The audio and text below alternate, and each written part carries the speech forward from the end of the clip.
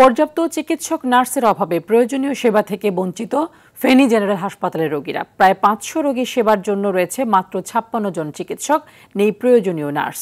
প্রতিদিন অর্ধেক রোগী নাস্তা ও ঔষধ পেলেও বাকি অর্ধেকের কপালে জোটে না কিছুই। দৌড়ঝাঁপ করে বাইরে থেকে খাবার আর ওষুধ কিনে হাঁপিয়ে উঠছে রোগীর স্বজনরা।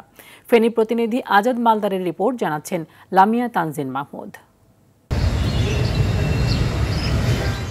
প্রত্যাশিত সেবা না মেলায় হাসপাতালে কর্মরত নার্স কিংবা স্টাফদের সাথে রোগীর স্বজনদের বাকবিতণ্ডা এখানে নিত্যদিনের চিত্র।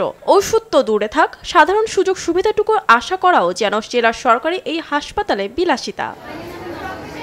ঢাকা চট্টগ্রাম মহাসড়কের পাশে অবস্থিত ফেনী জেনারেল হাসপাতালে চিকিৎসা নিতে আসেন চট্টগ্রাম, খাগড়াছড়ি, কুমিল্লা ও বৃহত্তর নোয়াখালী জেলার মানুষ। সেবা না পেয়ে ক্ষোভ রোগীর স্বজনদের। ওই উপরে ফাঙ্ক নাই, এখন ট্রিটমেন্টও পাই নাই, কিছু পাই নাই, এখন সবগুলার মানে অভাব।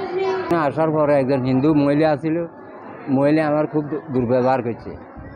বললাম যে আমার একটা সিট দেন, কয় না সিট এটা হবে না, এটা আপনার ভাড়া সিট।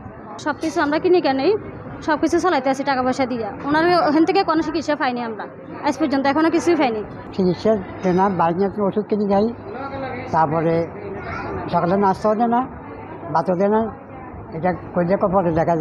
হাসপাতাল কর্তৃপক্ষ জানায় ১০০ জন চিকিৎসকের মধ্যে আছেন ৫৬ জন, ২০০ জন নার্সের মধ্যে কাজ করছে ৯৯ জন। তৃতীয় চতুর্থ শ্রেণীর কর্মচারীর ১০৬ জনের মধ্যে আছেন মাত্র ৩২ জন। ওষুধ, লিফট, ডায়ালাইসিস বিভাগ সহ গুরুত্বপূর্ণ সেবা খাতের সমস্যা নিয়ে এক যুগেরও বেশি সময় ধরে কেবল চিঠি চালাচালি হলেও মিলেনি পরিত্রাণ। এদিকে সমস্যার দায় স্বীকার করে সমাধানের আশ্বাস দেন স্বয়ং হাসপাতালের তত্ত্বাবধায়কও। ৫০০ বেডের যে আমাদের জনবল, এটা চাহিদা অলরেডি আমাদের মন্ত্রণালয়ে প্রেরণ করা হয়েছে এবং আমরা অনবরত কী করে ৫০০ বেডের জনবল, সেটা হলো ডাক্তার, নার্স এবং হলো যে তৃতীয় চতুর্থ শ্রেণীর কর্মচারী, প্রত্যেকে যাতে দ্রুতগতিতে আনা যায় এবং সে অনুযায়ী যাতে আমরা চিকিৎসা সেবা দিতে পারি, সেজন্য আমরা প্রতিনিয়ত ঊর্ধ্বতন প্রতিরক্ষা যোগাযোগ অব্যাহত রাখছি। সেবা দেওয়ার প্রত্যয় নিয়ে গড়ে ওঠা ফেনী জেনারেল হাসপাতালে যেন বাস্তবিক সেবা মিলে, এমন প্রত্যাশা এলাকাবাসীর।